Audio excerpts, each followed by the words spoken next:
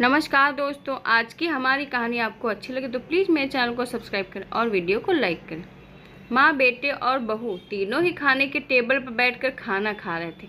खाते समय लड़का अपनी पत्नी को बोला, सीमा, तुमने आज भी दाल चावल बनाया। खाना बनाने में तो आलस मत किया करो, तुम बस हाउसवाइफ ही तो हो, तुम घर पर ही रहती हो। तुम्हें रसोई घर में कुछ अलग अलग खाना बनाना अच्छा नहीं लगता है क्या? क्यों रोज एक ही तरह का खाना बनाती हो? सीमा बोली, आज मैं बनाने वाली थी, मैं आज सूजी की खीर बनाने वाली थी, पर रसोई घर में सूजी खत्म हो गई। मैंने कल ही ऑर्डर किया था पर अभी तक आया नहीं है। कोई बात नहीं, मैं कल बनाऊंगी। रसोई घर में कुकर की सीटी बजी और खाने के समय सीमा रसोई घर में आती है। रसोई घर से वापस आते वक्त डाइनिंग टेबल पर बैठकर सीमा बोली कि मैंने आज कुकर में आलू डाले हैं, शाम को मैं आलू वड़े बनाने वाली हूँ। यह सुनकर उसकी सास को बहुत खुशी हुई। गोपाल बोला, अच्छा है, तुम दोनों को तुम्हारी पसंद की चीज बनाने में और खाने में बहुत मजा आता है। ऐसे में दरवाजे की बेल बजी। सीमा वापस खाने के टेबल पर से उठी और दरवाजा खोला। डिलीवरी बॉय सूजी लेकर खड़ा था। पार्सल लेकर सीमा वापस खाने के टेबल पर खाना खाने के लिए बैठी। तभी माँ बेटे से बोली कि तूने अगर दरवाजा खोला होता तो क्या होता? बेचारी ठीक से खाना भी अच्छे से नहीं खा सकती। तो बेटा बोला, सॉरी, मैं उठ नहीं सकता, मुझे ऑफिस जाने के लिए देर हो रही है। फिर रूम में चला जाता है और वो सीमा को आवाज़ देता है, मेरी फाइल मिल नहीं रही है, तुम ढूंढ कर दोगी सीमा? फिर एक बार खाने के टेबल से उठने वाली थी सीमा और उसकी तरफ जाने वाली थी तभी सास ने उसे रोका।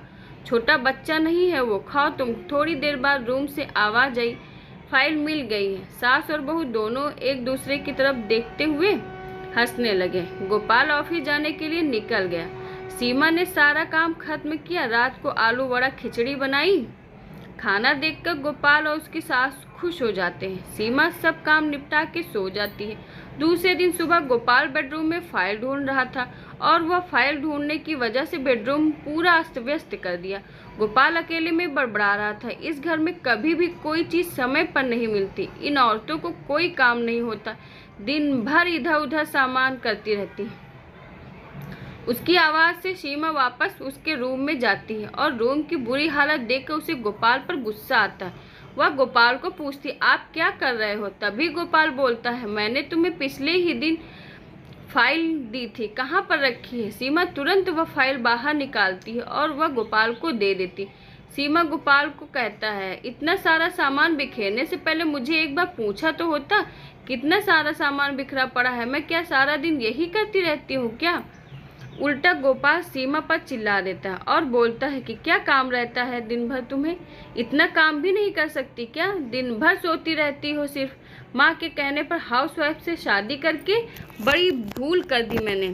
ऐसा बोलकर गोपाल ऑफिस के लिए निकल गया। पति पत्नी का बोलना माँ के कानों पर पड़ता है, जो गोपाल को पता नहीं होता है। माँ सीमा के पास आती है, तभी सीमा रो रही होती है। कोई भी गलती नहीं होते हुए भी गोपाल उस पर चिल्लाया। यह उनको पता था, सीमा से वह बहुत प्यार करता था, सीमा भी उसे बहुत प्यार करती थी।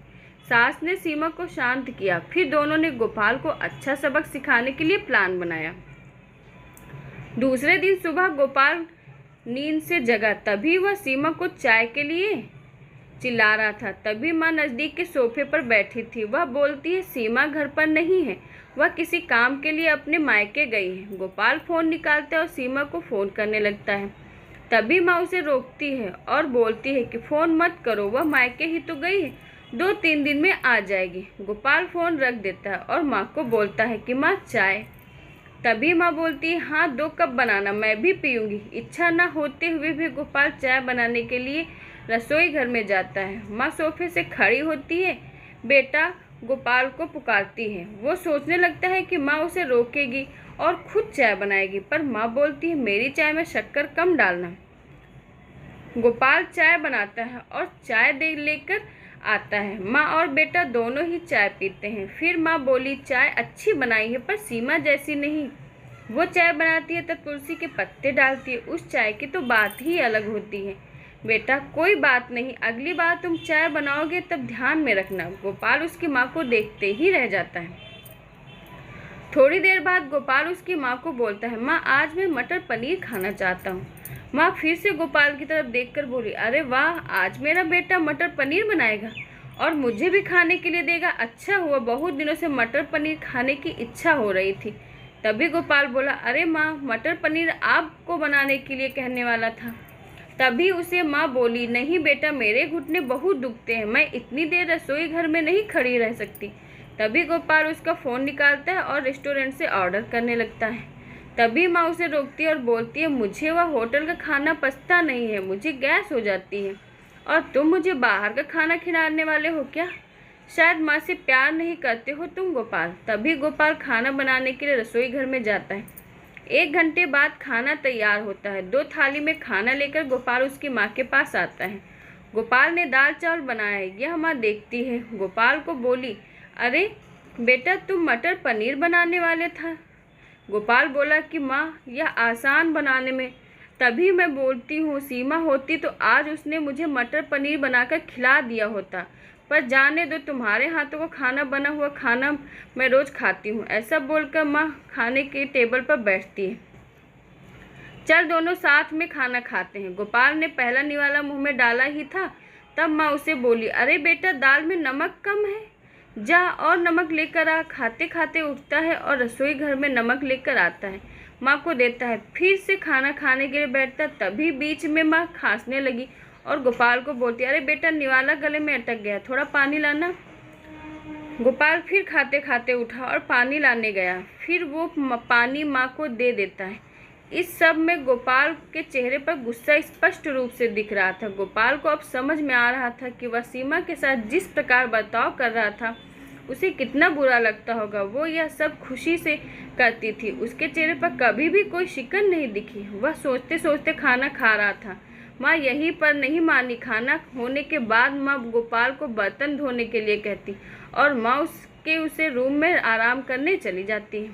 माँ उसे परेशान करने का कोई मौका नहीं छोड़ती है। वो गोपाल को बुलाकर चादर ओढ़ने के लिए कहती है। उसके बाद गोपाल रूम से बाहर आता है तो उसे माँ रोकती है और एसी का टेम्परेचर कम करने के लिए कहती है। अब इन सभी कामों की वजह से चिड़चिड़ करने लगता है, लेकिन कुछ भी नहीं बोल पाता। दूसरे दिन सुबह जल्दी उठ जाता है, उसे ऑफिस जाना होता है, इसीलिए वह जल्दी सब्जी काटता है, पर उसका ध्यान सब्जी की तरफ नहीं होता। वह सीमा का विचार कर रहा होता है। वो सोच रहा होता है, हाउसवाइफ का काम आसान होता है, ऐसा मुझे लगता था, पर सच में वैसे नहीं है। मैं कितना गलत बर्ताव करता था सीमा के साथ। मन ही मन पछता रहा होता है। तभी सब्जी काटते समय अपनी उंगली काट लेता है। वह उठकर बेसिन में उंगली धोने के लिए जाता है। ऐसे में सीमा उसके पास आती है और हाथ पर पट्टी बांधने लगती है। मतलब सीमा अपने मायके गई ही नहीं थी, गोपाल से छुपकर उनके ही घर में थी। यह तो सास और बहू का प्लान का एक हिस्सा था। गोपाल सीमा को देखकर बहुत खुश हो जाता है। वह उससे माफ़ी मांगता है। वह सीमा को बोलता है कि घर का काम करना बहुत आसान होता है, तुम घर पर ही रहती हो, तुम्हें क्या काम रहता है। ऐसा मैं हमेशा बोलता था, पर एक ही दिन में मुझे सब समझ में आ गया। मैं तुम्हें ऐसा कभी नहीं बोलूँगा और इसके आगे हम एक साथ घर के काम करेंगे। अगर घर हमारे दोनों के हैं तो घर के काम भी हम दोनों के करेंगे। दोनों का बोलना माँ बाहर से सुन रही थी। वह दोनों के लिए बहुत खुश थी।